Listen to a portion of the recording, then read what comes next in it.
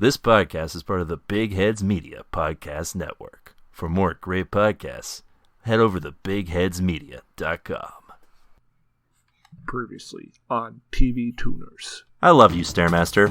Now say it back. Aren't you tired of living in the past? I don't go to the go-cup places and I don't go out for coffee. Bottled water is what I do. Yeah, someone's been eating my tomatoes, and I'm gonna find them. Hey, it's Taco Tuesday. Yeah, I own like 10,000 icebergs. And now, TV Tuners continues, probably.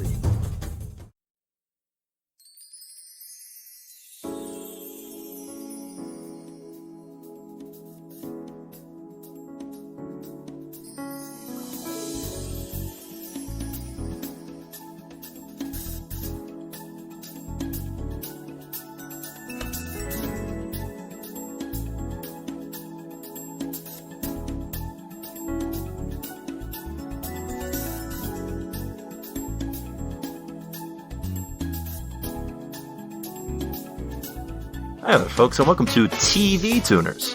It's a television podcast for the true fanatics. It's a weekly dive into the latest in TV news and reviews. I'm your host, Swanson. With me, as always, is my co-host and guy who gets his arms cut off and then regrows them, well, limbs, Stairmaster. Yeah, that'll be $1,000 for you. Oh, okay. And it'll be $10,000 if you chop off my head, because I'll die. Presumably. Probably. Yeah. And with us, as always, of course, is our other co-host and new hero who's totally not problematic, Kyorain. Hey, I just say it like it is. Nice earrings. I cut through all the BS and I say facts and logic. Yeah, what's your name? The Daily Stormer or something? No, that would be absurd. I am Stormfront. Oh, nice. Now, what's that copy of FBI crime statistics you got there? Listen, did you know that black people, despite being 13% of the population, commit, 50% of all crimes or whatever they say? Yeah, that sounds accurate and fair. Yeah. Because as we know, these statistics are just, they're not biased in any way at all. No. Let's not ask what they define as crime. Yeah, these statistics are facts and logic, and we can't mess with them. And they haven't been distorted in any way to stoke fear in anybody. No, that would be ridiculous. Why would our own people do that to us? Yes. And I'm sure they aren't counting like multiple offenders or anything as... as multiples? Yeah. Yeah, it's good. It's good. It sounds good to me. I'm glad we're all I also here. like how, it also, it implies that the entire 13% is somehow implicated. Yeah, this is all Obama's fault. Yeah. He didn't solve crime. That's why we need Batman as president. In fact, him being elected was a crime because, of course, as we all know for a fact, he was not born in the United States, guys. It's true. Yes. I'm going to need, verifiable proof, and no, a birth certificate does not count. Yeah, what we need at least 3 different camera angles of him being born, as well as an aerial shot of the hospital that he was born inside of. That's right. And I need... At the same time he's being born. I also need his father and or mother... Not both, but one at least, to hold up a newspaper showing the date that he claims to be born on. In the hospital. Yes. And we need this to be seen from a satellite view, time stamped. And I want that baby looking right at the satellite lens. Yeah. And all of that, and then maybe I'll believe it. I don't think Barack Obama's real. I think he's just a construction. The ideal black man. That was their ideal? Yes. I guess so I was browsing the QAnons, as I do, and they pretty much confirmed that Obama was just a CGI construct. Yeah, what about indictments? Are those coming? Oh, yeah. Are they coming, Swanson? Really? You're gonna ask me that? Yeah, the indictments are coming immediately. For whom? Stare, they're coming, all right? Yeah, you don't have to worry about But for for who? whom. For whom the indictments toll. You There's used to worry about gonna that be a they're coming. Just think about this, Dimash. There's going to be a big stack of indictments on their way. Yeah, it's going to be a big old stack delivered right to the indicters. Right to the deep state HQ Yeah. in Portland, Oregon. So yeah, welcome to TV Tuners, where we believe in facts. We just believe in the facts, people. And we like to have fun here. Yeah, we like the goof. We like to have some goofing times. And hey, if you like goofing, what's not a goof is to go and subscribe to us. That's serious. Ooh. Even more serious, give us a review. Yeah, maybe 5 stars. Maybe 4. Either or. Nothing below. Please, I beg of you. And if you're deathly serious, like, you're looking at this podcast, like, not listening to it, but looking at it and thinking, wow, I am. this changed my life. You got to tell your friends about us. That's right. And if you haven't subscribed, please go over and do that. We're available on all of the podcast apps of your choice. Apple Podcasts, Google Podcasts, Stitcher, Spotify, and more. Anywhere you find podcasts, we're there, waiting, and willing. And we're also in the city of Denver as well. Just FYI. Yeah, you Yes, can Denver, Washington. you can find us. We live sort of on the outskirts of the city in what looks to be a studio set, but is a house technically. Yeah, the half house, as the locals call Yeah. it. Not a halfway house, Not to be confirmed fair. with- Yes. We are not transients or anything like that. Yeah, and- Or maybe we are. I guess we are, actually. Never mind. Yeah, so we actually got a pretty great deal set up here. We actually had a pipeline for our plumbing piped in from the great city of Flint, Michigan. Wow. Yeah. Yeah, but it for free. We also have a natural gas pipeline, but it's only half completed. It's constantly hissing and spewing hot heated gas at us. Yeah, I usually use it to cook food. Huh. I don't know how it hasn't exploded. Yeah, we're just real lucky. So yeah, if you like us, you want to get to know us on a more personal level, want to like talk to us on the internet, why not follow us on Twitter? We're available at TV Tuners Yes. on Twitter, where there's tons of great TV content. Yes. That is correct. And if that's not enough, why not use the hashtag TV Tuners? And we'll give a glance if following isn't your deal. And if there's a more personal connection, if perhaps there's something that you want us to answer for you. Urgent. Yeah, an urgent matter that needs to be discussed on air. Well, why not send us an email that we'll read aloud here on the pod? Oh. Yes, for any of your quips, comments, questions, foresights, or otherwise, you can send us an email at tvtunerspodcast@gmail.com. What's that email, Keo Rain? Yes. TV Tuners podcast at gmail. Dot. Ooh. AUS. Net. I think it's .net. That's right. Yeah, you can do all of that fun stuff, and we'll be here waiting for it, being like, "Wow, thanks, pal." I'm on the edge of my seat for it. Yeah, I'll say you're a regular toonhead. And with all that out of the way, let's get to our tweet of the week, huh, bud? All right. This tweet of the week comes from Homelander Oh, at JuninHSXS, who tweets, Xboxo o console do sexo. Wow, that you really got the pronunciation down perfectly on that. yeah. How would you say it, Keo? Okay, what? I mean, I don't know how to speak Portuguese, but I know that's not how you pronounce that. Xboxo console do sexo. Yeah, Yeah, worse. That's closer. I would argue it's worse, but I mean, it's like at least an attempt to not pronounce it like it's just English words, but you know, it's closer. so I shouldn't be like Xboxo console do sexo. Yeah, probably not. I'm sorry, everyone. I don't. Now this is what, Portuguese, Keo Rain? Yeah. Okay, don't translate it for me yet, but I'm gonna assume it involves Xbox and sex console. Yeah, I mean, according to the Google Translate machines, this translates to Xbox, the sex console. Ooh. Yeah. Which, you know, I would like to see somebody Expand on that a little bit. This is the console for sex, Kyorain. How? It had support specifically for your sex organs Where? that you can grind and insert. I looked at my Xbox console. No, the new Xbox.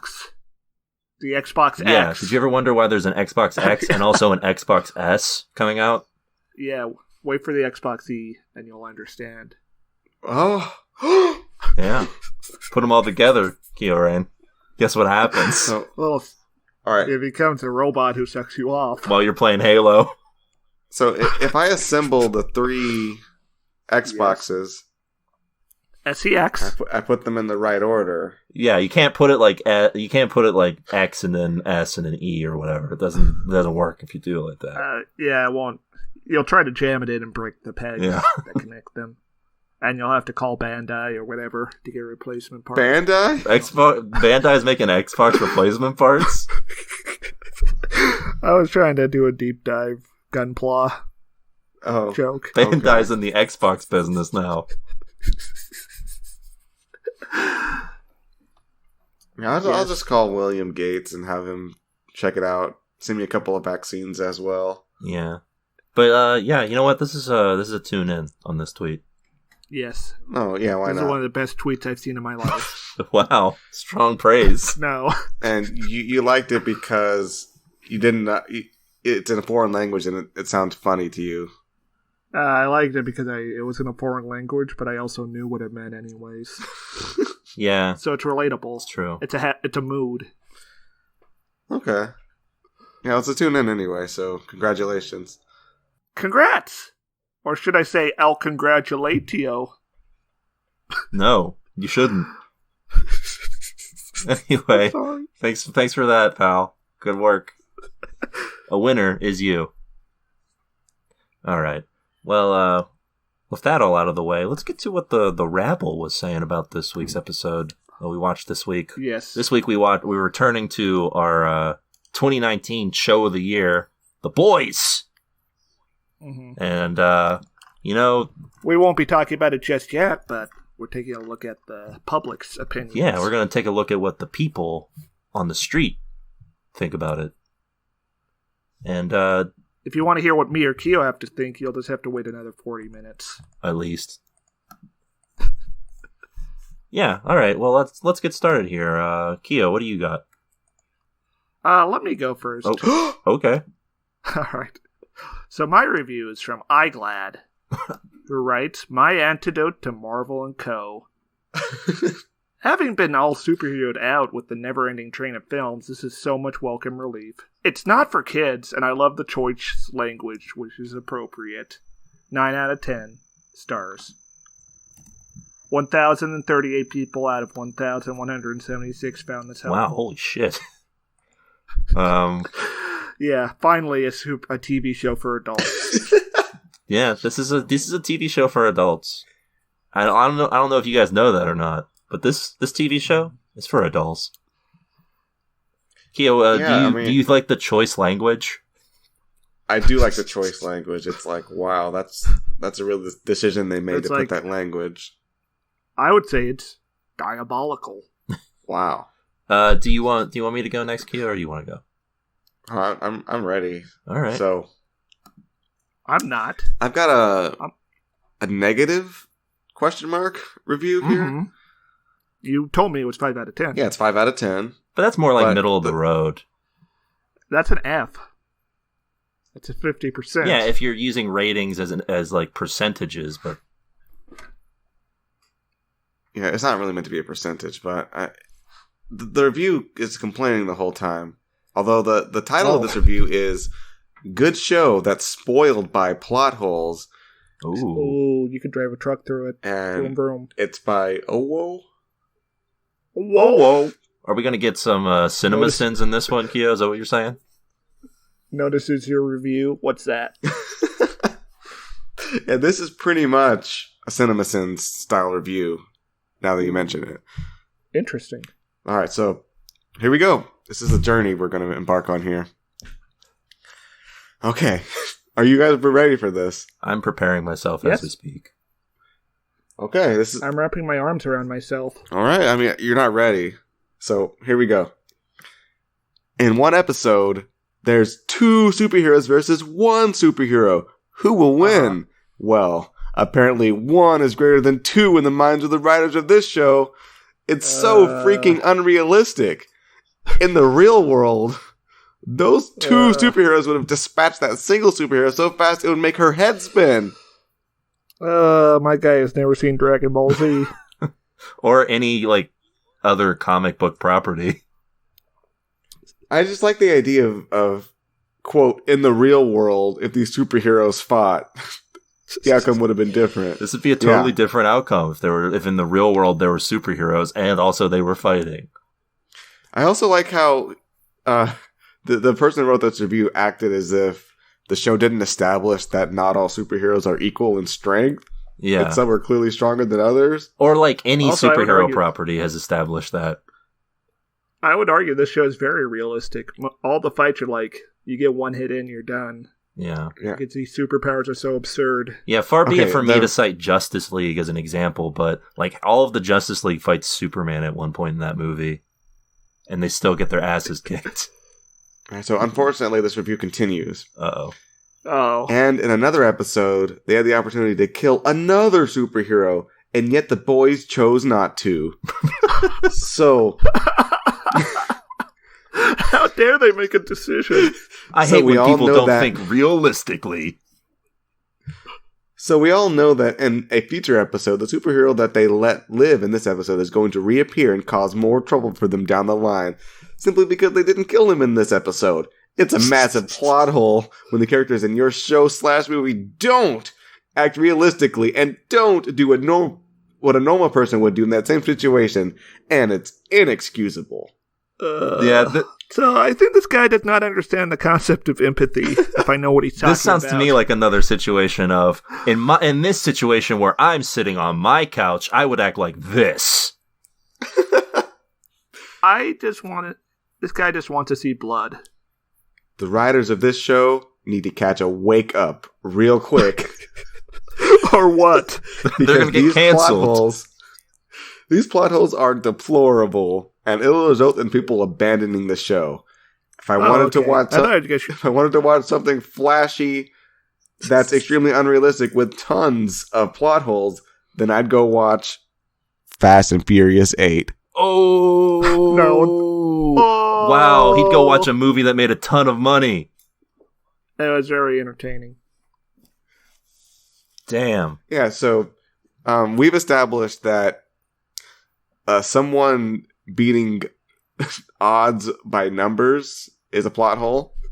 Yeah. And also, someone sparing someone else is a plot hole.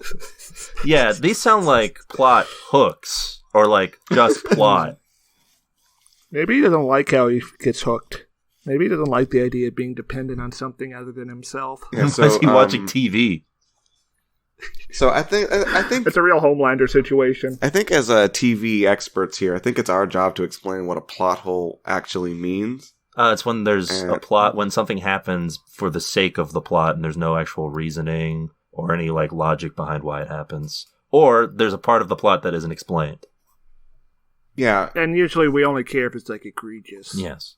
Like sometimes there's like what Alfred Hitchcock calls the icebox moment, where you're at your fridge at 3 a.m. and you realize, hey, this film didn't make sense. Why didn't they just do X? Yes. Look at Rise of Skywalker for an example of an entire film full of... Well, more like, why did that film happen? Well, yeah, but it's also riddled with plot holes. Yes. So in this case, thinking that a character act foolishly or that a 2-on-1 fight didn't go to the 2 people... This review is full of plot holes. They're going to be real mad when they see anime. Or, I don't know, real world events. Yeah. Oh, do you think they watched Breaking Bad and they were like, how did Hank win that fight? The cousin should have won. It was 2-on-1. Look, I have a mathematical proof that 2 is greater than 1 right here. A human being should not be able to survive more than 1 bullet. Yeah, it's true. That's a great review, Keo. I don't know how I'm gonna top that one with my critic reviews here, but I have one last comment here, and it's that maybe this is just a joke review. I think it's too Plot long twist. and written too like seriously to be a joke at all. So I have the critics' reviews here. Overwhelmingly, The Boys Season 2 is pretty positive. It's got a 98% on Rotten Tomatoes, which is pretty good. Ooh. I saw Giancarlo Esposito bragging about that on Twitter. Yeah, it's pretty good. I think there's like seasons of Breaking Bad that have less than that. So, Ooh. so I'll start with the positive review here by Brian Tallarico from New York Magazine / Vulture. I guess I don't know if those are the same things. I'm pretty sure they're not, but the season premiere introduces new cast members without losing focus of what worked about the first year, and just about all of it bodes well for where the next 7 episodes could be going. Strap in. Mm-hmm. Are you boys strapped in? Oh yeah, I'm strapped. All right. In. Yeah. I mean, nothing to disagree with there.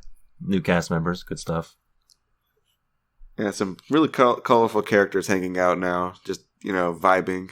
So let's move on over to this bad review here from Brandon Katz over at The Observer. Oh. Highly entertaining, but grossly flawed. The Boys envisioned itself as the bad boy of superhero stories. To a degree, it is. But let's not act like... To a degree. But let's not act as if it's the long-awaited mashup of Shakespeare and Stan Lee. Was that what we were looking for? Who's acting like that? I mean, they're not... I don't think they were making, like, constant sex jokes in the dialogue. I don't think anyone is tuning in to watch The Boys and saying, boy, I hope I get some Shakespeare in this one. Let's need some more historical allusions. Like, I think a show could be good without having to be, like, premiere television. Well, like, are we thinking about, like, a superhero show where one of the characters just randomly starts just talking in poetry for a page and a half? Yeah, I guess. And then murders his own dad? Yeah. For no reason? Yeah, that sounds about right. So that's what the rabble thinks of Season 2 of The Boys! Stay tuned later in the pod, and we'll talk about our own thoughts on Season 2. Yes. The kings of television. That's right. So, if the boys are the bad boys of superhero shows, we're the bad boys of podcasting. Mm-hmm. Anyway, let's move on, huh? What you guys watch this week? Anything fun, interesting? No, I've been gaming all week. Wow, look at this gamer, bro. I've been beep booping. Look at this game grabber. Dude. What have you been playing? That's crazy stuff. I've been playing Crusader Kings 3 and Derail Valley. Sounds lame. Yeah. It's cool, though. Derail Valley has, like, cool train derailment physics. But it's also got a persistent economy, so when you crash your train, you have to pay insurance fees. Oh, damn. So it just stings even harder. So you don't want to crash your train. No. Oh, okay, kind of like the real world. Mm-hmm. Yeah. I mean, I don't really have a whole lot to talk about here, unless you want to hear me talk about like AEW or something. Were there cool moves? Yeah, kinda. Ooh. Tell us what you saw. Well, they had one of their big pay-per-views this last weekend, All Out. It was okay, except that Matt Hardy definitely got a concussion and still wrestled, so that was bad. That was bad. Those Hardy boys, they're always getting into trouble, aren't they? Yeah, it was no good. He like hit his head on concrete and then got back up and was like clearly out of it, but was like, I'm good. And they just let it continue. That's no That good. doesn't sound healthy. That's not a cool move at all. No. That's the opposite of cool. That's not what I asked for. But it was good stuff. Chris Jericho got thrown into a vat of mimosa. That's pretty awesome. Okay, that is pretty neat. Yeah, all around, good stuff. I didn't watch anything. Ooh. Yeah, Keo's too busy with his job Yeah. of making sure the natural gas pipe stays closed. Which is impossible, because you keep opening it. Oh yeah, we need to cook. It's burger time. Yeah, Stairmaster keeps barging into our room, which we all share, but Keo and I are trying to sleep, and he will barge in and go, it's time to cook. Yeah. And we're like, we get it, it's a Breaking Bad reference, but I'm trying to sleep here, my man. Stairmasters have been trying to master the Five Guys recipe. Yes. Yeah, because they don't have it here in Cheaper if I Denver. make it myself. Yes, that too. Yeah, The best. yeah, Stair's trying to save all the money he can. He's a real penny pincher right now.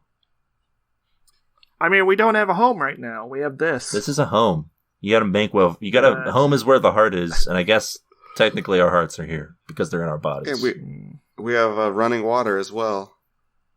Yeah. Alright. Like, it's not good water, but it is water. Mm-hmm.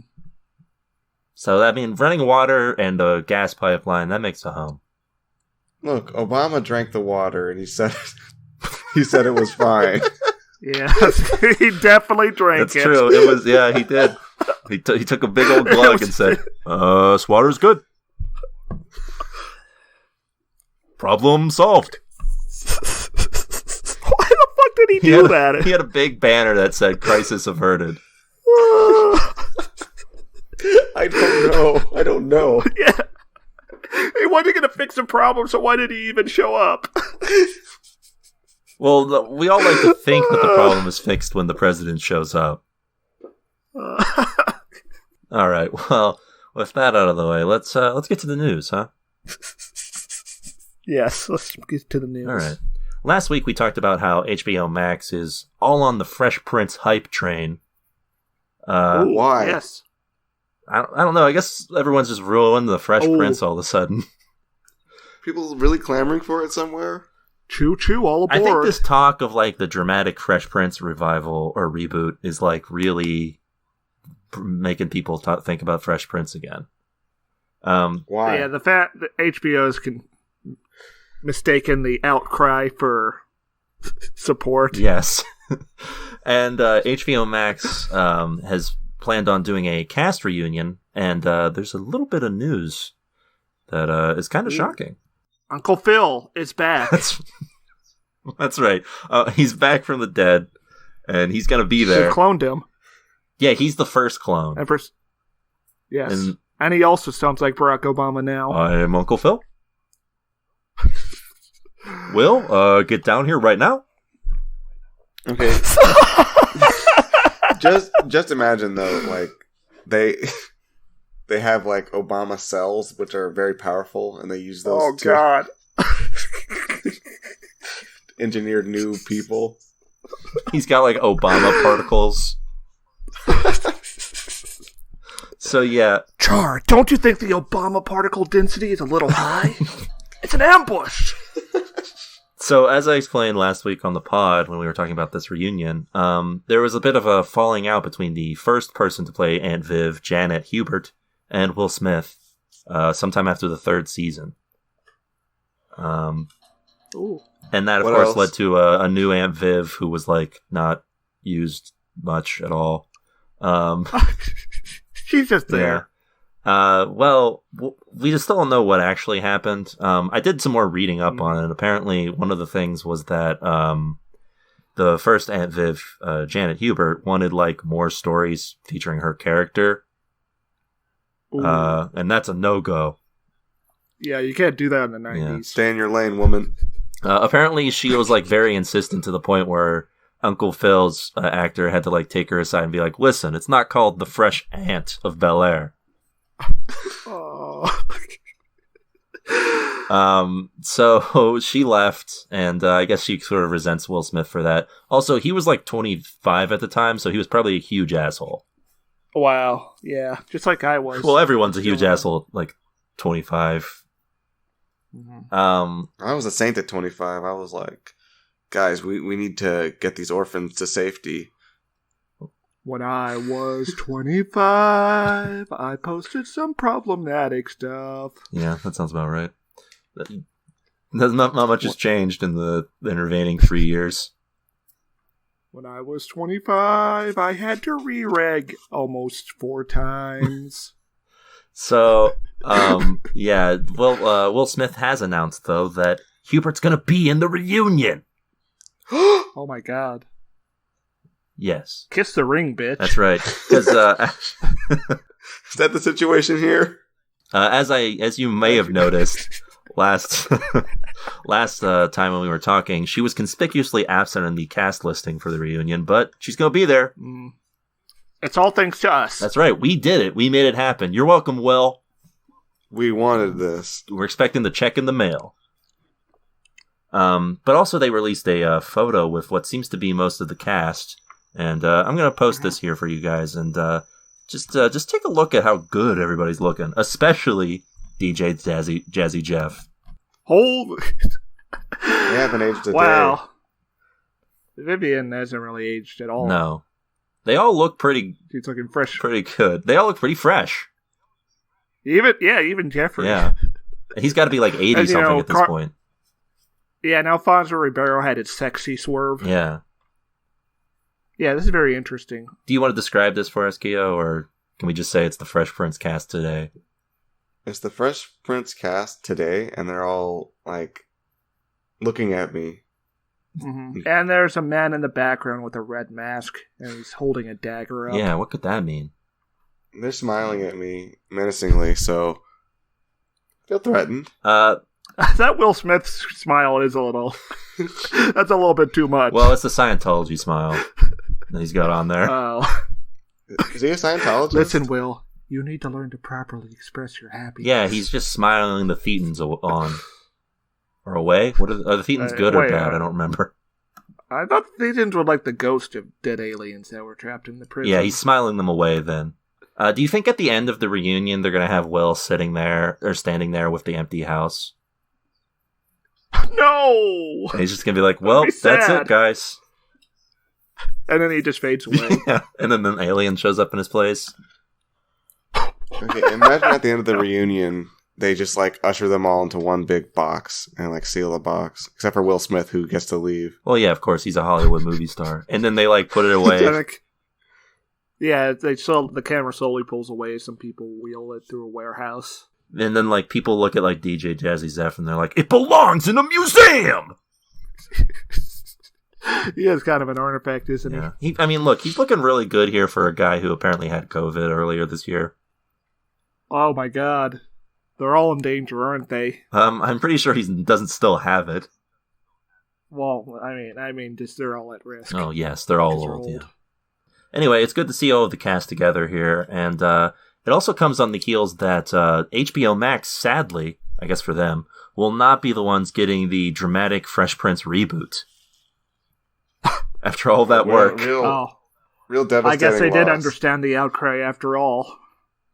That's right. After all of that work, Peacock has landed the rights to Bel-Air, giving it a 2-season order with nothing to show for it so far.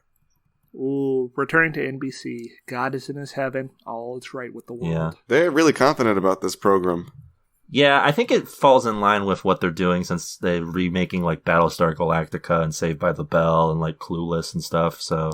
Oh, I can't wait for the comedic Battlestar Galactica remake. Yeah, it's called The Original.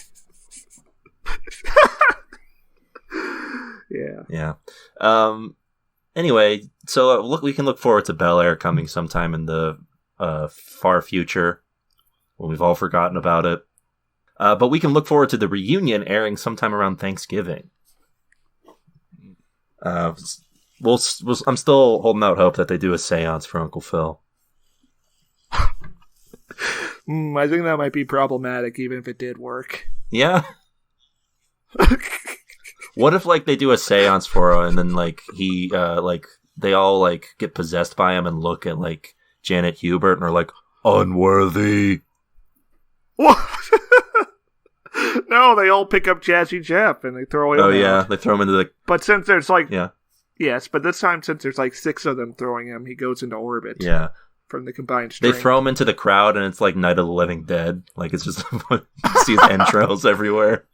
Oh my God! Is that how human strength works? Where if you multiply, Is that how studio audiences work? If you multiply the strength by 6, that's like enough to go out of orbit. Yeah. Yes. It's also enough to tear DJ Jazzy Jeff limb from limb. Well, I can believe I'm assuming that all the cast of Fresh Prince of Bel-Air can at least do like 1,000 tons of TNT. Yeah. And their destructive output. Especially Will. Will's probably the strongest since Uncle Phil's gone. Yeah, Will's what we'd like to call a continent buster. Yes. But speaking of zombies, or potential zombie outbreaks, let's talk about America's favorite zombie show. That is itself a zombie. Yes, The Walking Dead. A show that every now and again I like to remind the two of you is still on the air. And it has like 4 spin-offs also airing now. That's right. The Walking Dead is heading into was in the middle of its 10th season before the pandemic shut things down. So they're still waiting to wrap up that 10th season, which has like an additional 6 episodes. But they've recently announced that the show's been renewed for a final 11th season. Ooh. Our long national nightmare is over. Just kidding, it's never actually over. It's only begun. What do you mean it's not over, Swanson? Well, The Walking Dead is ending with its 11th season, but it's been expanded to 2 years that will span 24 episodes. So not much of an 11th season. So that sounds like 2 seasons to me, Swanson. Yeah, words have meaning, but not here at AMC. I don't think things have meant anything for a while now. That's true. But yeah, it sounds like 2 seasons, but AMC is assuring you, no, this is 24 episodes of an 11th season, just split between 2 years.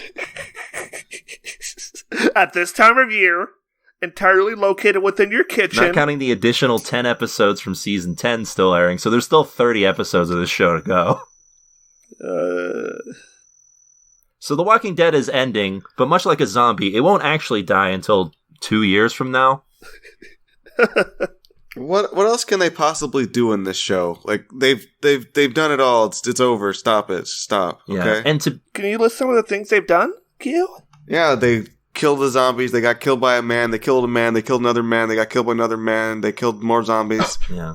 They killed another man. There's another man there. They killed the other man. There's another man. They killed a zombie. There's a man. There's a man. Okay, but I noticed you haven't said they've been killed by zombies, so I think that's going to be the next. Oh, no. They got killed by zombies. Plenty. You might think that the like people that we care about might get killed by zombies, right? Because you want to have stakes for these last 30 episodes, right? And looking at the list here, the only people that I can tell that would probably be people that we care about are Daryl and Carol. Why did they rhyme? Well, that's just their names, and they're friends and good pals and fan favorite characters. Oh, you know they're friends because their names rhyme. Yes, rhyme. Norman Reedus and Melissa McBride, Daryl and Carol. They're the OTP, apparently. Yes. They're the Yoshida Orihime. That's right. Mainly because they'll never get together ever. And so you would think, like, these 30 episodes, we want to worry about where they're going, where their arc is. Well, don't worry. AMC already announced that following the end of The Walking Dead, Daryl and Carol will be getting their own spin-off. What? Don't worry. What? They'll be fine. Why would you announce that? Imagine if, like, we were waiting for, like, the end of The Wire, and they were like, don't worry, our boy Marlo makes it out. What? That's very much not the point of The Wire, though. But they announced a spin-off of him.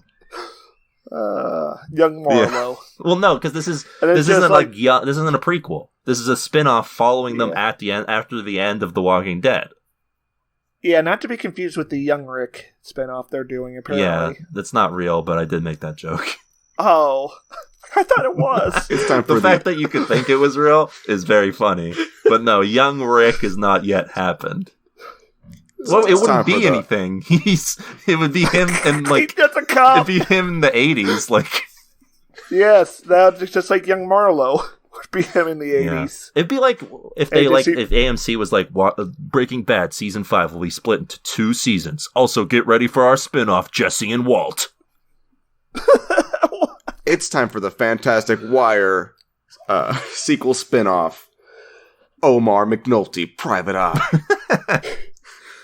Oh, I would love that. That would be a delightful cast. You have like guest appearances from Bunk. To just be like shaking his head, like, why are you guys working together? What are you doing? You're wasting your talents. So, why don't you share some of your wisdom with humanity? The Daryl and Carol show, which doesn't have a name yet, but will be debuting sometime in 2023, provided we all live that long. will be run by the current heads of The Walking Dead, so it doesn't really seem like The Walking Dead's ending at all. That sounds like more Walking Dead to me. It sounds like what is dead may never die. In addition to all of that, of course, Fear the Walking Dead is about to debut its 6th season. God, that's been on that long. What? And The Walking Dead World Beyond is about to premiere on October as well. And if all of that wasn't enough, how about this new spin-off idea, Tales of the Walking Dead, which will be an episodic anthology that follows both new and existing characters in the franchise. Stop. Don't worry, friends. Right when you think The Walking Dead is dead, it's not. The content pipeline continues. It bites you on the ankle, and the cycle continues. Yes. How many times can you watch somebody get horrifically murdered for no reason in a show? Well, it just gets... well, a lot of Americans are more bloodthirsty than us. Yeah. Judging by when this Daryl Carroll spinoff is set to air, about 15 years is about how long you can last. I would watch The Walking Dead if every episode they had a new spin-off character arriving. Yeah, like every episode it was like a new character shows up and then leaves and goes into their own show. Yeah. Like he's like, hello, I'm Stickman. Welcome, this is my stick. Okay, bye. Yeah. Oh, I thought they call him Stickman because he's skinny. Well, he's skinny and he has a stick, so then like they have like Adventures of Stickman debuting in December. And then like... Yeah, what are we going to get Walking Dead, the movie? Ooh. Wasn't that what they're doing with Rick? Oh, yeah. Yeah, I forgot to mention also, they're still doing those Rick movies that are going to come out at some point in the future. So there's that. So the Walking Dead franchise will live forever. Or until those movies bomb in the Chinese market. I just don't understand how The Walking Dead can both be simultaneously very unambitious, but also just keep going forever. Yeah, it's much like a zombie. Maybe that's... I think we've made this reference. I don't know if you've been listening, Keo, but we've sort of said that it's like a zombie. I guess zombies are ambitious. What? Yeah, they want to. Well, they want to eat. If it had been more ambitious, they would have made a mistake and killed the franchise by now. Yeah, true. Yeah, the fact that the show has still been able to like pull in decent ratings, even though all of the characters that are like important have gone and left. I guess that says something. People are like, man, is this character going to gruesomely die today? Let's tune in and see. That's pretty much it, right? Yeah, and they're like, oh, I guess he is. Oh, I guess his head got ripped off. Yeah. Based off what I can remember of The Walking Dead, there are usually 3 story arcs that happen in it. Someone learns to be brutal and then dies. Someone learns to be nice and then dies because of it. Someone starts to have a character arc and then dies. Because of it. Those are usually the 3 things that happen. That third one happens to a lot of black characters on the show. I think there's one more. Americans love it. I think there's one more story arc you're missing is there's a new bad guy in town and then he dies. Or in Negan's case, there's a new bad guy in town and now he's just here, I guess. It's like, yeah, he's Vegeta. Yeah, if Vegeta started his arc by brutally murdering like Krillin, and then Krillin just never came back. Yeah, like he brutally tortured and murdered Krillin. Yeah, and made Goku and Gohan and like Piccolo watch. And then he was like, "That's right, I'm running this place now. You answer to me, Goku." And I'm in Tekken. Yeah. You're gonna be in a world of torture from now on, Goku. Also, I guess Vegeta like whistles now to get people's attention. Hey, look at me. Look at my bat, Kakarot. But he's fully forgiven. It's all good. Yeah. Yeah, they're all like, well, I Who guess cares? we need him because there's other bad guys now. So yeah, the Walking Dead will continue forever. The end. What? Did they have like even worse bad guys show up after Negan? I don't know because I stopped watching when we all watched that one episode where They call him the Rape Yeah. King. No, it was like, I think there's an arc where there's like these people who walk around in like zombie skin and like kill people or something. And they're like bad. They're like bad folk. They're bad. And Negan's like, How does whoa, the zombie skin those help? people are messed up, man. Gotta smash him with my baseball bat. Yeah.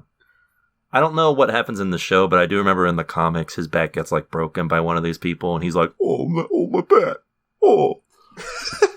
Like someone who has read all of it can tell me or tell us on the Twitter.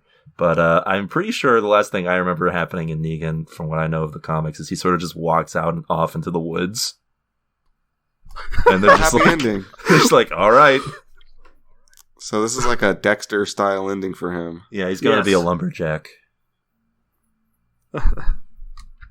Anyway, well, that's it with the news. Let's go ahead and take a break, and we'll be back Ooh. with the rest of our show.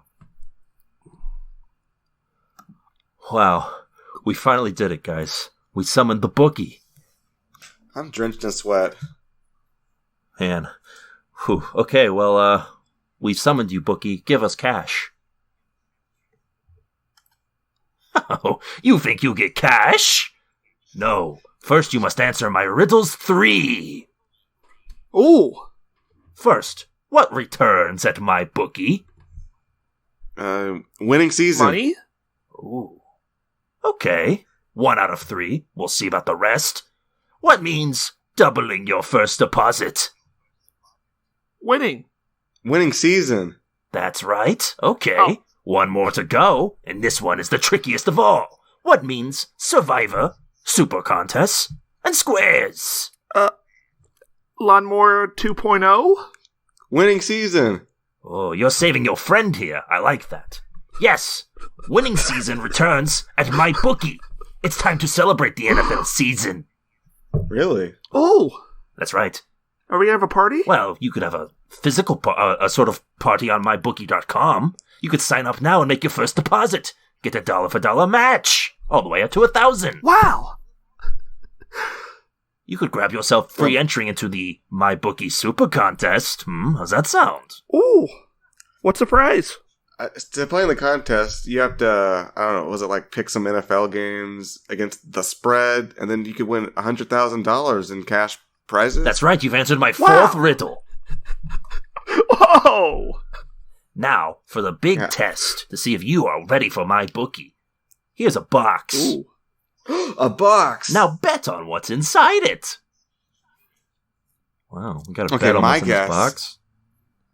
Yeah. My guess is that inside the box are thousands of bets to choose from the full NFL slate and the NBA playoffs. My And guess every is... play I want to make is inside the box. Oh, yeah, my guess is that, like, from live betting to championship futures would be in there.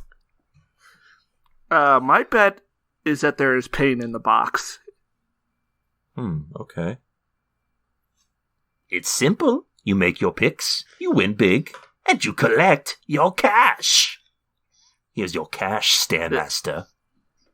Oh. I won? That's right. Well, put your hand in the box.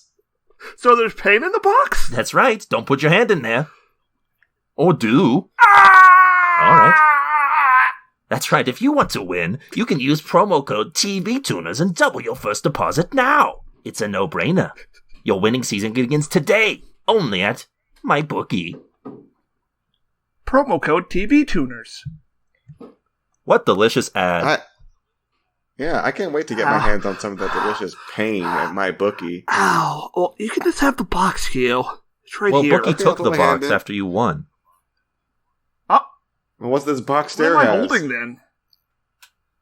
Really? I wonder what's in this box. Well, let's put our hands in there together. All right. On the count of 3. 1, 2, 3. Oh, still painful. Oh, wait. Let me get that back. It's the crab. Why is the crab in the Oh, box? Fuggy. It's always a crab. Someone shipped the crab to us. Sounds like Swanson. Hold up. sounds unethical to put a crab in a box and ship it to us, but maybe that's why it's so mad. Swanson, his pinch is like searing agony. It's like the worst. He knows right where the nerves are, or she. Well, yeah, we don't assume the crab's gender here, but yeah, the crab knows pain. Well, He knows how to deliver it. Is that why the crab is smoking now? Yeah. Well, yeah, that's sort of just the energy that the crab gives off. It's holding the cigarette with the little arms in front of its mouth. And using its regular arms to hold the lighter. Yeah. Hey, Swanson, does this box have a return address on it? No. Oh. Interesting. It's like someone didn't want us to know where this box came from. Oh, that's mysterious. Yeah. Huh. Well, I wouldn't need to worry about that anymore. Let's get to a segment near and dear to everybody's hearts. It's time for Trailer Blazers. Hit the theme, Keo Rain. Trailer Blazer, yeah. That's a good theme. That's right. Welcome back to Trailer Blazers, where we talk about the latest and greatest in trailers. And this week, we're talking about a doozy. We kind of discussed it last week on the pod, but this week we watched the trailer for Ratched. The true origins of someone who didn't need an origin story. I mean, if you're going to make an unnecessary origin story, you might as well just make it full of, like, really horrific imagery. I guess, yeah. Seems deeply unpleasant and something I don't want to watch. And lesbian sex, hopefully. Yeah, I think my favorite thing about this trailer, so we've talked about Ratched before, where it's, I don't know, Keo said he might be interested in it, but it is kind of unnecessary.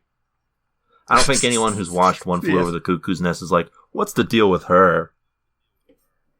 I want to know more about this nurse who's like a metaphor for establishment. I mean, the concept of a nurse that heartlessly administers unnecessary surgery that destroys your brain for life is inherently terrifying. So the concept itself has, something to it. Just didn't need to be about her. Yeah. But what if she dressed like Carmen Sandiego? Ooh. Well, how she's acting in this trailer, it's more like Carmen Sandiego. I don't know. I think the regular Carmen Sandiego is like a queer icon. She is. Swanson, yes. Yeah. I don't. The other thing I don't like about what this trailer seems to suggest is that part of why Nurse Ratched is the way she is because of closeted homosexuality. Yeah, that's no good. That's no good. Yeah, they lobotomize her girlfriend at some point, I think. That's it. Oh, that's not your bold prediction? Well, it seems like they lobotomized the girl she was kissing in one shot, but that shot was in the dark, so it's hard to make out the details. Yeah. But either way, though, they propose lobotomy as a solution to homosexuality, which... No, specifically to lesbianism, is his words. Oh, yeah, lesbianism, but, that's a type of homosexuality, so... Yeah, but it's unnatural, unlike the love between men. No, I'm pretty sure that's unnatural, too, in this era. Haven't you... No, this guy just really obsessed with ancient Greek culture. Oh, that's going to be his gimmick. Yeah. He's going to be Socrates. Yeah. Yeah. So were the ancient Greeks actually against female lesbianism, but for men it was cool? I think they were fine with female lesbianism. Here's another thing about the Greeks: they were real into Epsteinism. Yeah. Well, they don't really like women having agency. That's their bigger issue. Yeah, it's no good. No bueno. So lesbianism would be a problem because there's no man to boss them around in their relationship. Yeah. No good. But then you do have the famous Greek poet Sappho or whatever. Yeah. Who was a lesbian. Was that the one who was brutally murdered? Probably. Who wasn't brutally murdered back then, though? Yeah. Yeah, I'm glad I live in modernity. Well, I'm glad I live in the last few seconds of modernity before all the brutal murder returns. Yeah, I love spending my entire lifespan and my entire future in the last few seconds of modernity, as we keep saying. Yeah. So yeah, this trailer, there's a lot of bad stuff going on, a lot of lobotomies, a lot of all this. People being set on fire. Yeah, there's a really gnarly clip here where someone gets hit with the electric chair and they just their head starts bursting in the flames. It's pretty wild to include in this. Yeah, so there seems to be a lot of unethical things going on in this program, and it all looks... But I don't think anyone's going to do anything about it. Yeah. Yeah, because we know the outcome is that she's going to be a nurse. Yeah, well, what's the resolution here? Good question. I don't know. I think that's the main problem with this premise, is that we know who she becomes, so Yeah. what are we invested in exactly? I don't know. And again, I've said it like a couple times here, but I really don't think everything in pop culture needs to be originized and like explained, given a backstory. Some things can just be mysteries. Everything needs an extended universe as well, Swanson. Yeah. Oh, do you think they're going to set up for like the One Flew Over the Cuckoo's Nest expanded universe? Yes. Like they're going to show... Yeah. I like their version of El Camino. Yeah. This is their version of Better Call Saul, and we're going to get that. Like they're going to show like The Jack guy who broke Nicholson's out. character's time in jail before he went to the mental institution. Mm. Yeah. I mean, why not do it, Swanson? Why not? Tell me why. Give me one good reason why not. Because it's bad. It's a bad idea. Sorry, it's sorry. There's a good chance it's going to make money. Yeah, I guess it's true. Yeah, I can't wait for the spinoff with Danny DeVito's character from that movie. I don't even remember what his Same. name was, but he was in there, so. He was present, and we want more of that. Yeah. We want more.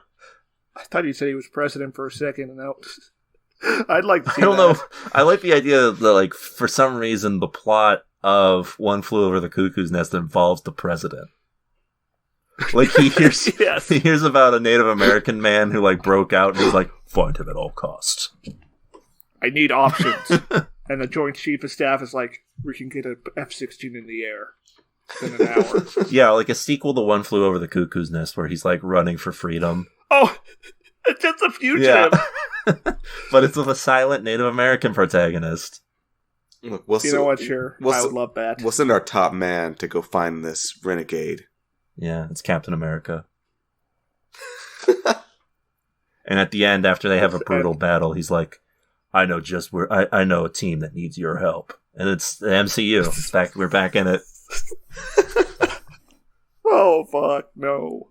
Please, no. So yeah. Also, there'd be like a delightful scene where he sits down next to a guy who kind of looks like Jack Nicholson, and Jack Nicholson will offer him gum, and he'll be like, juicy fruit. It'll be good. It'll be a fun little All callback. right. People will be like, oh, I like that scene. Hmm. Let's get rid of Maybe copyright we- law, by the way, guys. Yes. Maybe society has flown over the cuckoo's nest. Oh. Wow, you sound like the Joker. Yeah. Stair has been... I think we've established at this point on the show that Stair has been Joker-fied. Hmm. It's all fun and games. Yeah. Like, I'm not going to buy it until he's wearing a snazzy suit and clown makeup and has dyed hair. The executives say that they want Stair to be Joker-fied at least 10%. All right, so what does that mean? Like, just a tattoo of damaged on his forehead? Yeah. No, that's an 11. They want me at like an 8. Yeah. So green hair. So just doing a Mark Hamill impression. No, no, not good enough. No, 8%, or 8 would be like green hair and like maybe like a smudge of paint. and something out of purple 10? on you. No, we're talking 8%. Oh, 8%? Oh, That's like half a strand of green hair. Oh. Yeah, I don't think there's anyone on this planet who's only at 8% Joker-fied now. I don't know. I feel very un-Joker. Mm. Oh. Yeah, I think my Joker levels are probably like 2 to 3%. Yeah. I think that's the average normal level of Jokerdom currently. Like you like take the average American and you like measure their Joker levels. It's probably about 2 to 3%. Mm. I think that most Native Americans are more Joker-fied. Oh, for sure. They Those are. ones who live Yes. on- Yes. I mean, you're implying that there's people out there with 0% Joker. What is that like? Who are those people? Yeah, and some normal people walking around. It's a neighbor from Home Improvement. Well, he's dead. Okay, true. Oh, I meant when he was Oh. alive. Obviously. Yeah. We're just talking about fully stable, fully realized, happy people living their lives. That's 0%. Yeah, there's at least in the American population, there's no way anybody is like that currently. So yeah, well, that's it for Trailer Blazers. So let's go ahead and move on to our main event this evening. The Boys! My lads. The Boys. The Boys are back for season 2, the Amazon series based on the graphic novel by Garth Ennis and Derek Robertson. Follows the eponymous team of vigilantes as they combat superpowered individuals. And things have sort of gone off the rails for them as they're currently underground after being found out in season 1. And yeah, that's where we pick up in season 2. They're underground, the 7 are stronger than ever, and the Butcher is missing. So I think what are they going to do with their boy? I think one of the most compelling things about this program, I would say, is that they have probably some of the most hateable antagonists ever devised and put on to a TV screen. You love to see it. Yeah, a lot of these people suck. I really like the opening to this here, mainly because our big strong boy Giancarlo Esposito's here. And you'll love to see there's nothing like there's nothing like planning military strategy that will kill thousands of people at least, while also getting food orders. Yeah, tasty sounding food orders too. Yeah. Now, you guys have watched the 4 episodes that have been released already, and I have only watched 2 of those. Yes, lazy. Yes. The first episode is like deep in the satire woods. Like, and in comparison to at least the second episode, like this first episode goes hard with the satire in a good way. Cause like season 1 had a lot of satire to it, but I feel like now they've like refined it in a way that like it hits much harder. And that might just be because we're actually getting into like more of the shit that Vought gets up to and whatnot. And we're also done skirting around the fact that these, for example, Homelander is just a complete monster because, we've established that in detail now. Yeah. Yeah. Okay, but what if we went even further? Is what the show decides. Well, yes, and we do. The thing that I think it might annoy people maybe, but I didn't have a problem with it because it's just good storytelling, is that we don't get really the idea of what happened at the end of last season established right away in this episode. And like that's good. We spend a lot of might be a hot take, but I think it's a pretty medium take in my eyes. This show, based off the 2 episodes that I watched, especially in season 2, is the premium example of like the Netflix model. Like Amazon did it better, guys. What would you define the Netflix model as? So I'm specifically thinking of Marvel Netflix shows, but like as we discussed, a lot of Netflix shows do this where they stretch out the plot to meet both their budget demands and their like episode order. This show is the perfect example of both stretching out their plot but leaving enough in each episode so that nothing is like there's no unnecessary. Even with the one subplot that I don't care about, which we'll get to, there's still stuff there that's like intriguing, or at least like has me casually interested. How many episodes is this season? 8, so that also helps, but it's like... Yes, greatly. Like having to stretch your stuff out to 8 episodes is much better than 13. But also, The Defenders had 8 episodes and it sucked ass, so... They have good writing, they've got good actors, so they make the material work way better than whatever they have over at Netflix. Well, they have to. They have to because they don't have name recognition. The thing this show does very well is it doesn't hold back at all. It says if something crazy needs to go down, it's just going to go down right now. Yeah. Also, it does. Yes, it also helps that they don't have the Netflix budget. This is a way better looking show. In fact, it's better than a lot of Marvel films. It's true. I think it's safe to say that Amazon has a lot more resources on hand to pump in the stuff than Netflix. Also because Amazon's shows aren't like, they don't make like 50 shows at once. They're making like, I don't know, like 10 a year at most, maybe. Ooh, are you saying that quantity is not quality? Yes. That's what I would get at. So I think that helps as well. But also, this show is just shot better than most Netflix shows.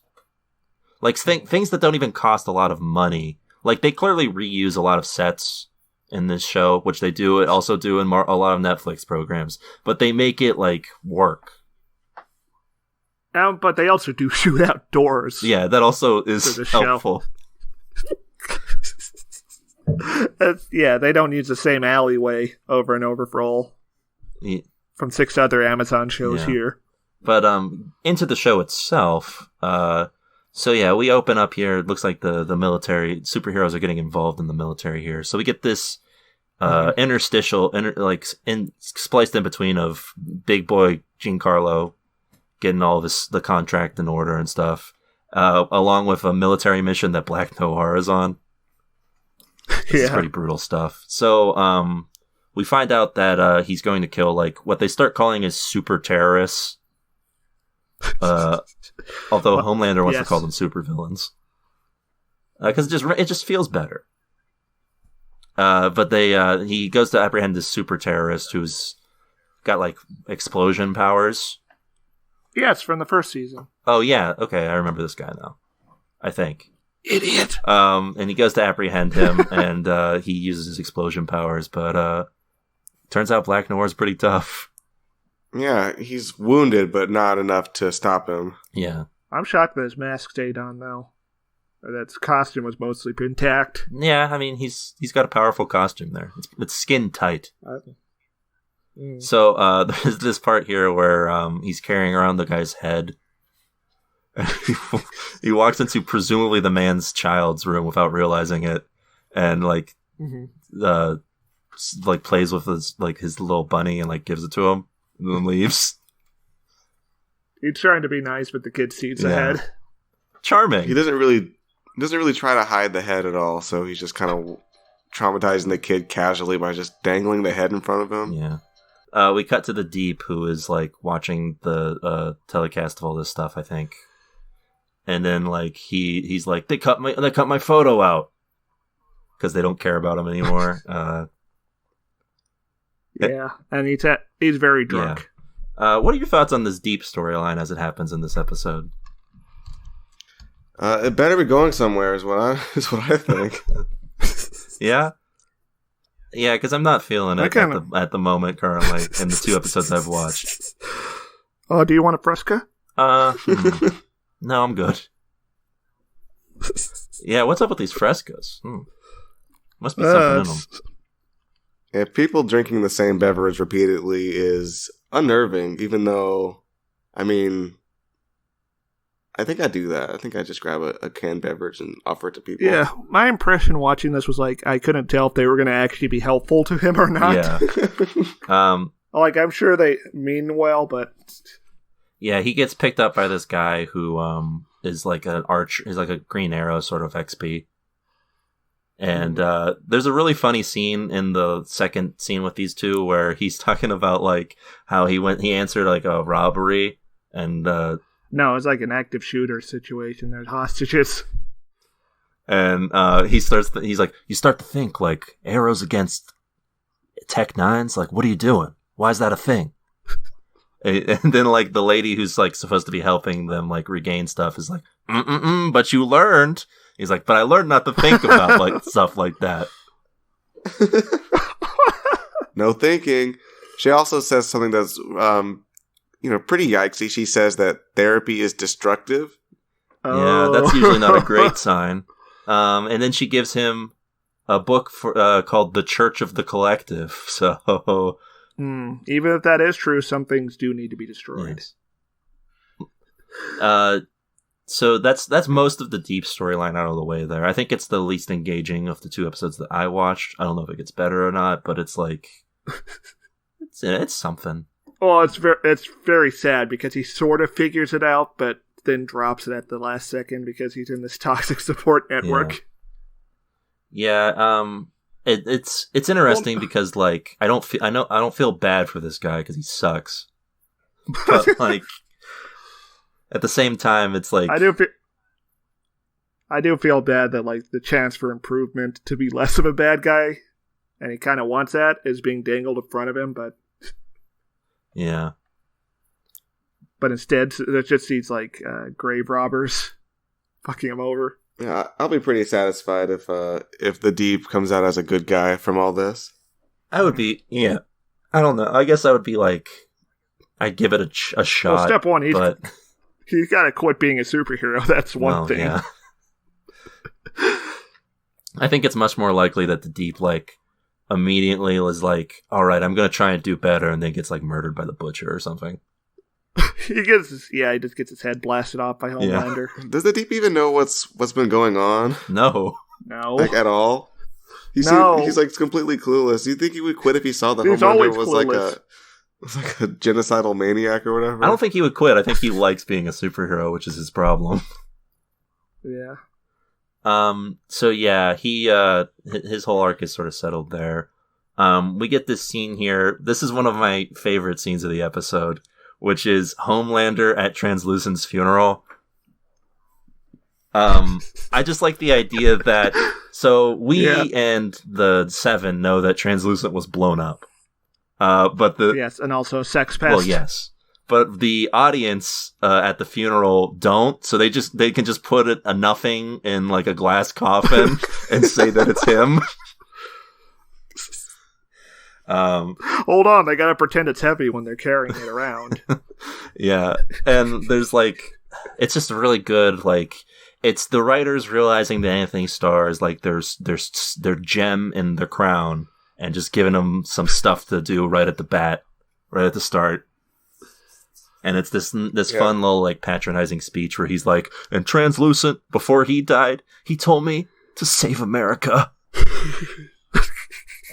Yeah, he just goes over the top with these ridiculous lies about this guy who we know was just like a jerk, alcoholic, wasn't nasty guy. Like, didn't really do anything with the team. I guess he was nice to his kids. It seems they didn't seem to hate him. Yeah, his son seemed ambivalent to everything going on. They showed up to his funeral. Yeah. That's about all we can say. Yeah, that's true. And then we get a look at what the boys are up to. Turns out they're underground, hanging out with Frenchie's drug smuggling friends. Yes. And yeah, Huey's not in a good place right now. It seems as if he's still able to like loosely connect with Starlight, but she's really only, it seems like they're really only connecting right now because they both have the same goal in mind. Yes. It's good stuff. It's a fun little scene between the two of them where he's like, "Hey, I saw you on stage with Alden Elsgort," and then she's like, "You mean Alden Elric?" He's like, "Yeah, whatever." Mm. And she's like, "Yeah, he wouldn't fucking lie to me if we hung out." And he's like, "All right, point taken." Rude. What a deceptive little guy Huey is. Yeah, he's not a good guy. Well, I mean, he's not trustworthy. He's better than the others, but he's not the good guy. I also like this recurring bit here where MM is building a dollhouse in the middle of this like drug ring. So yeah, the whole boys seem to be in a bad place right now. Who knows what's going on with them? We also find out that a little bit of what happened after the cliffhanger. Apparently, after Stillwell was murdered by Homelander, the Butcher was blamed for it, and we get to see like a dramatic recreation with actual Chris Hansen. Yeah. Do you know who was playing Butcher in this? I don't. Because everyone I know is asking that. Yeah, it was a very good parody of Carl Urban. Maybe it was Carl Urban doing a parody of himself. I don't think, but it does look a lot like him. It was pretty good. It was like completely spot on. Yeah. Shocking that they were able to do that on this program. I also like that he says he's gonna bollocks her, which I don't think is like an actual phrase. I don't think that's a verb. Actually, I think I have heard people say bollocks it. Oh, maybe. We get more of there's a lot of Homelander in these two episodes that I've watched because they like, again, they realize he's one of the stars of this and his sociopathic rage. So we get a lot of him sort of like dealing with the fact that he murdered someone that he had strong feelings towards. And Yes, he's got. He's lovingly caressing the preserved milk bottle he has in the secret God. vault. So it's no good. That's like the second worst thing he does this episode. And we're about to get to the first worst thing he does. Most worst. So we find out that Ashley, who was Stillwell's assistant who got unceremoniously fired last season, is brought back in as the new head. And I think right away you can pick up on why Homelander picked her.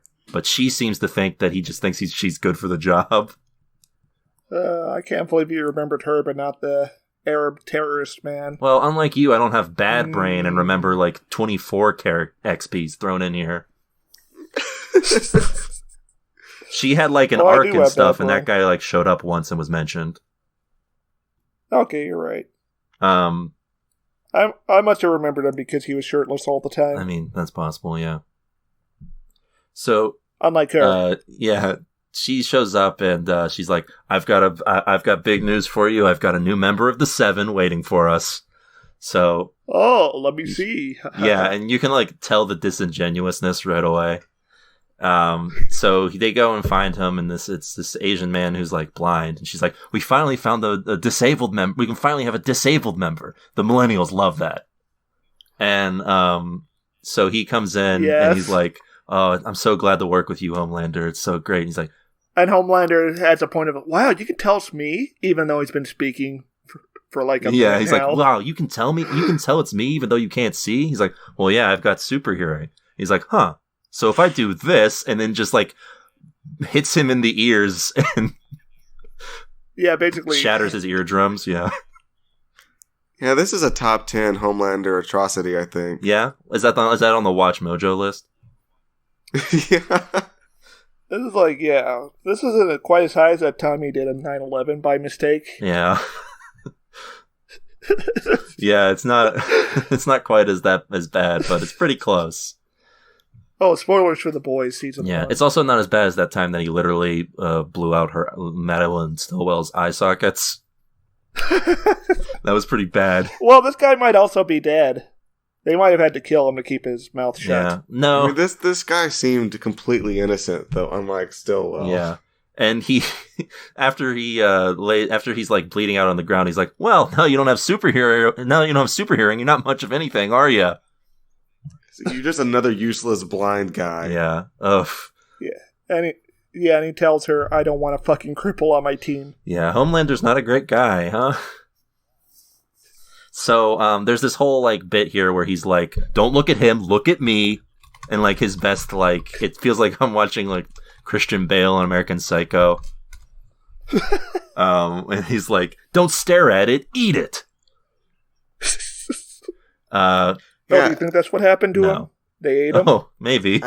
It's very rare to see a screen presence as unsettling as Homelander's. Yeah, it's not good. It's not great. Can you guys really name like one?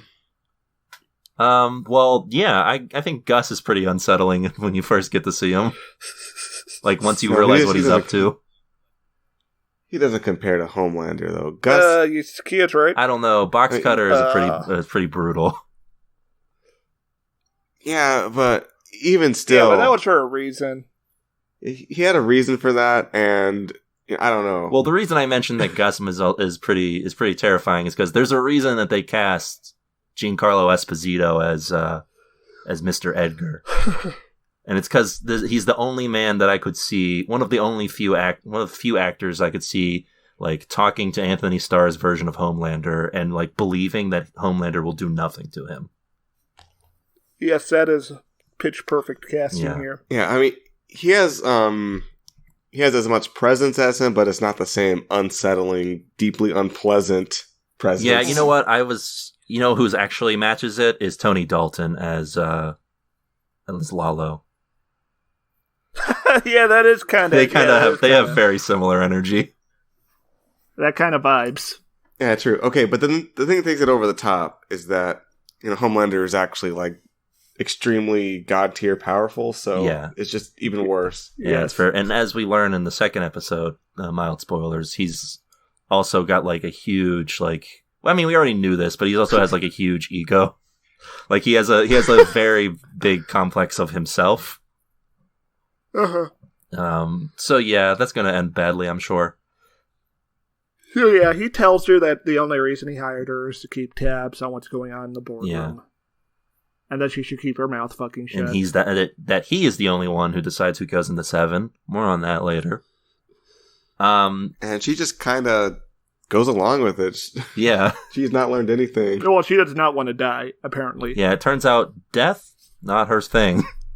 She's not into it. She doesn't want to die, but also she just kind of gets over it immediately and is just kind of complicit with it all. Oh, I don't know if she gets over it immediately. When Stormfront shows up later, she is quick to point out that she had nothing to do with this. She's like constantly looking at it's good acting by her. Oh, she's very terrified. Who, I don't know if you two know this, but she's the annoying neighbor from season 1 of Jessica Jones. I don't even remember season 1 of Jessica Jones anymore, sorry. I just think it's interesting because her character was so off-putting in Jessica Jones, and in this one is like strangely sympathetic. I mean, she's sympathetic, but at the same time, she's not making any moves to get out of here. Yeah, well, she can't. She's been put in this position. So yeah, the back over of the boys. They're not up to much. Huey is trying to get his hands on some Compound V. They plan on going to like the New York Times or something, as if that's going to do anything. It's very nice of him to think that it will. But yeah, him and Starlight are working on that. So Starlight goes and finds an old friend of hers in one of the more messed up scenes in this episode. The Gecko, who is called that because he regrows limbs after they've been chopped off. So naturally he gets involved in like S&M shit. I'm not even sure this is S&M. I think like, this guy just has an amputee fetish. This is beyond S&M. This is like, I don't know, like giving... Like, there's not even that much dominance going on in this to call it S&M. Yeah, I guess it's like true. Giving satisfaction to, like, a serial killer who's too much of a coward to do serial killing. Yeah. And... yeah, that guy should step up and just murder people. The worst part is the guy asking if he can keep the arm. What's he gonna do with it? Jerk off? Well, probably. So yeah, she meets up with the Gecko, and they have this thing here where they're reminiscing over their times in Capes for Christ. Capes for Christ. Yeah. And he's like, yeah, some of that stuff was a little heavy-handed. And she's like... we're such good for... Yeah, she's like... Haha, we're such good friends. And then Starlight's like, actually, I'm here to blackmail you. Yeah, she's like, actually, I'm here to blackmail you, and also God doesn't exist. And he's like, what? And we... Yeah, Starlight's, her tool of the trade going forward is blackmail. Yeah, which, a strong tool if you can use it. Yes. It's very powerful in Crusader Kings 3. It's strong, but also very dangerous. Yeah, you're liable to get yourself burned blackmailing. So yeah, she blackmails him. He decides he's gonna go try and get her some of that Compound V. I'm sure this will end well. So yeah, that's mostly the end of Starlight's sort of plot here. Meanwhile, over in Homelander Town, they're shooting this like. Mm-hmm. Is this before or after we see him at the focus group meeting? I think this is before. I think you're... Was the focus group even in episode 1? Yeah. It's for sure. Yeah, it's for sure in episode 1 because there's this whole part where he's like... because he mentions at the funeral, he specifically says super villains and says super terrorists. And then later at the group think tank, they're like, what do you guys think of super terrorists? And like some like bored housewife is like, it's scary. And he's like, ask them what he's like, super villains better. And ask her what she thinks about supervillain. Yeah, and there's like, I like it. What he doesn't get though is that he wants to actually have people feel afraid. Well, yeah, I guess he just likes the idea. I guess he just likes the idea of calling them supervillains so he can think of himself more as a hero. There's a telling scene with Homelander here where they're like, what do you think of when it's the world, keeping the world safe and not keeping America safe? And everyone agrees that it should be keeping the world. And he's like, nope, it's not right. It's keeping America safe. And they're like, everyone's sort of unanimous. But he's like, no, America's the one who got us in the military. And they're like, all right, I guess it's America. So then, yeah, definitely some nationalism going on here. Yeah, the Homelander seems like a little bit of a nationalist. I'm just getting that vibe from him just now. So just a tiny bit, little inkling of nationalism going here. Yeah.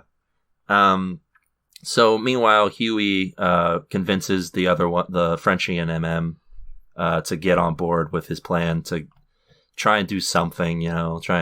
So they get their own contact, their old one, Raynor, and they set up a meeting with her. And this is the kind of stuff that Keo was talking about, where they don't wait for something shocking to happen. If it's for the plot, it just happens. So they just have this conversation with her where, like, she comes out and says, like, they're onto us, like, stuff's going down, like, they're plotting a coup, and then her nose starts bleeding, and then her head explodes. And everyone rightfully freaks out and gets in the van and drives away. Yeah, it's pretty brutal. Yeah, that's a top 10 yikes moment. Is that also on the Watch Mojo countdown? Yeah. Oh, wow. I really hope that doesn't happen to me. Well, do you have any government secrets you've been hiding that you've been told expressly not to talk about? Well, I mean, I did give Stairmaster this... No, don't say it. Don't say it. I gave Stairmaster this Please, I beg of you. This manila envelope with a big letter Q on the front of it. Oh. Oh. Whoa, Stair's head exploded. Wow. Oh. It's okay, I can grow my head back. Wow, he's better than Gecko.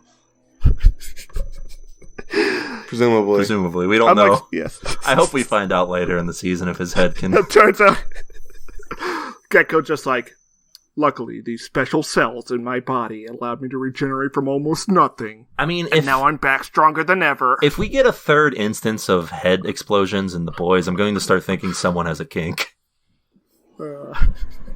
Yeah.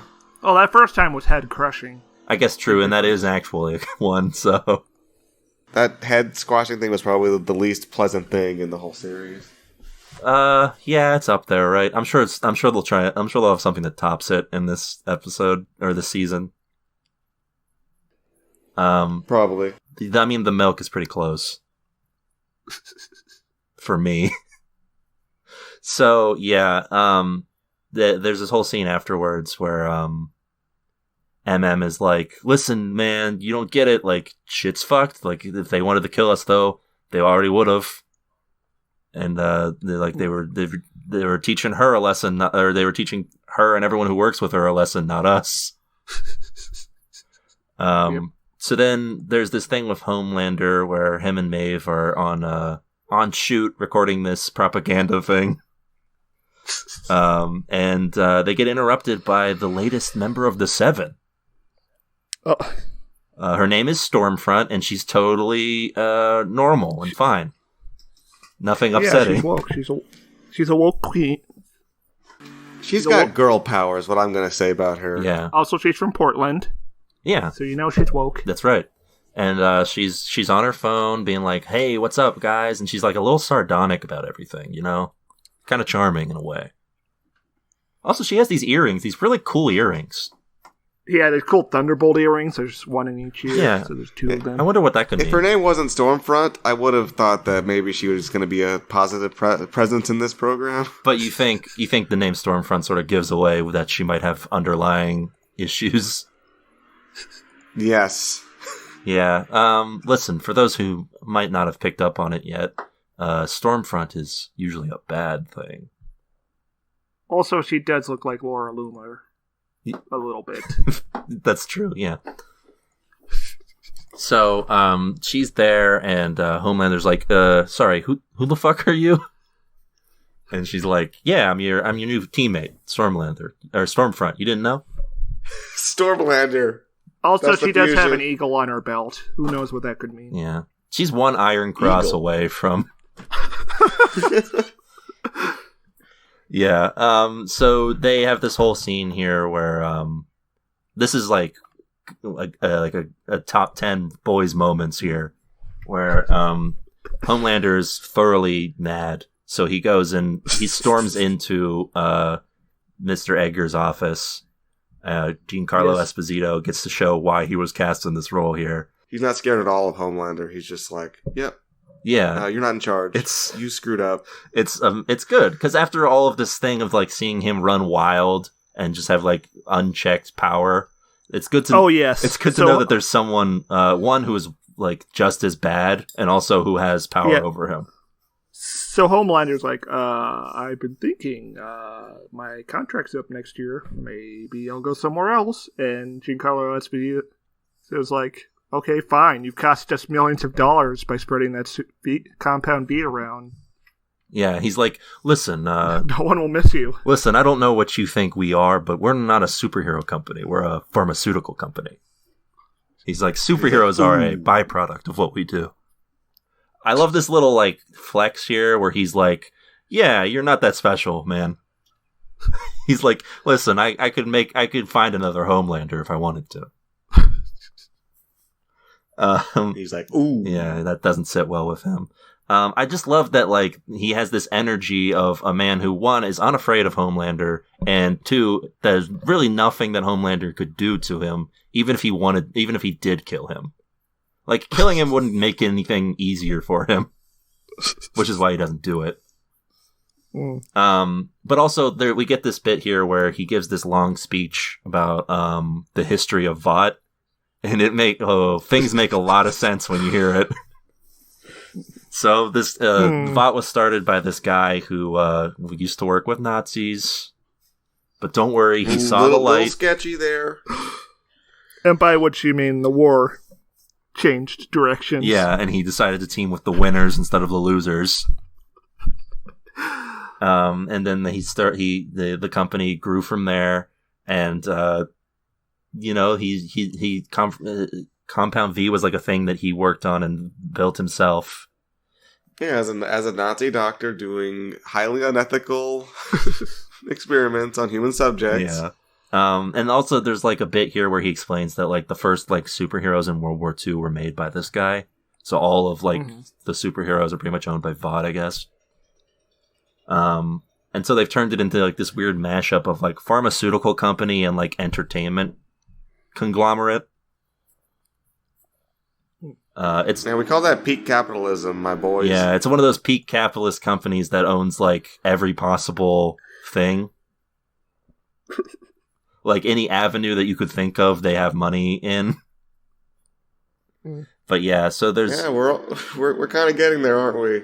Yes, we are. That's what I mean. Sort of by the satire is a little more pointed this year on The Voice. Yeah, I can't believe that Amazon's making this program. The dissonance is like... Wow, yeah. Yeah. Maybe Jeff Bezos is secretly a class traitor. And this is all part of his plan to bring the system down. Yeah, he's taking a little too long on that one. I'm going to say he's taking a little too long on that one. Yeah, rip. I would say that maybe a class traitor doesn't do interviews while he's eating iguana. I think they're probably like the masses are too stupid to learn from this. They're just gonna say, "Ooh, wow, explosions, blood." Yeah. Looking at the user reviews, he might not be wrong. Yeah. Yeah. And that's mostly the end of Homelander's sort of plot line in this episode. With the boys, they realize Frenchie's friends are human traffickers, which, hey, not a great look. Well, they were already drug traffickers, still. Yeah, but I mean, one of those is human trafficking is too far. Yeah. We don't know what they were trafficking those humans for. They could have just been illegal immigrants. I mean, I guess, but one of them was a superhero. Yes. Or a super terrorist. Yeah. And they get like video footage of him throwing the boat onto land. Yeah, it's pretty bad. And Kamiko notices this paper swan. Interesting. Yes. And so she starts writing down boy. Yeah. But they're like, well, I don't know what you mean. We can't understand you. What do you mean? We're the boys. Yeah, I thought we were the boys. That's what leads Huey to try and get in contact with Raynor so they can try and sort of track down this guy. But it doesn't work out that well. And as they're sort of reeling from that explosion to the head, Daddy's back. Oh, yeah. Yeah, the butcher comes in this ridiculous tracksuit. It's pretty great. It's one of those moments that's like, it's not cliched, but it's like expected writing. But it is like, it works so well because of how good of an actor Carl Urban is. And also because of Huey's reaction to it. Yeah, where he's just like completely angered and like unimpressed, unhappy. Yeah, you love to see it. It's good stuff. And that's pretty much where we leave off with the boys. I feel like I know where we're going on this one, but what are your final thoughts here on season 2? My final thoughts, you love to see it. Look, I think we kind of gave away the game when we said that we watched all the episodes currently available. Yeah, probably, right? Yeah, spoilers. Yeah. For the podcast. I'll say that I think this season so far, based off these 2 episodes, is going places. Yeah, they're putting the pedal to the metal, and I'm here for it. Yeah. I feel like a lot of seasons usually, or a lot of shows usually ramp up in their second seasons, because that's when you've really established everything. You can get going with what you're planning on and stuff. And based off of what I've seen, and I'm sure you guys can speak to it more, this season is yes, getting to it. Yeah, they're going to town. They're, as the kids say, going ham on this one, I think. Yeah, they are full poggers on this one. So I'm going to give this a tune in. The boys, still great. Yeah, that is a very enthusiastic tune in for me. Tune in. So that's a tune in on season 2 of The Boys. And that'll about do it for this week's episode of the show. If you like what you heard and you want to give us some sort of monetary prize for it, perhaps. Yes. You want to donate to us in some way? Well, why not go to our Buy Me a Coffee page, buymeacoffee.com/TV Tuners, and donate. We'd appreciate it very much. And if you don't want to type in all of that, you can also find it at our TV Tuners link on Twitter at TV Tuners in our bio there. And yeah, if this is enough for you, if you want more TV action. Hey, what if the show had more swords? Oh, well, if you like TV Tuners but want more anime involved, well then you'll love our second bonus episode that comes out every Thursday, every Thursday, the 1000-year Bleach Cast, where we talk about the multimedia franchise known as Bleach. Yes. We're knee deep in the Soul Society arc, and we're going ham, as the kids say. That's where the people with the swords are. In the ham? No, Soul Society. Oh, yes, they live in the Soul Society. They go ham too. I don't know if they can eat ham. They have hogs there, so I guess they could. But I mean, what about their religion? Do they practice an actual religion there? I don't. Maybe? I don't know. Oh. What do you do when you know that God is real, but he's also completely not part of your life? I guess you just do whatever the fuck you want. Yeah. And then you become a monster. Yeah, and you can learn more about that at the Bleachcast. And hey, we'll be back next week with more TV goodness. Until then, keep watching. Bye. It's over. Will you survive? Hey folks, it's time for the TV Tuners Denver Fact of the Week. Did you know that from the year 2013 to 2015, Stairmaster was a pharma bro? That's right.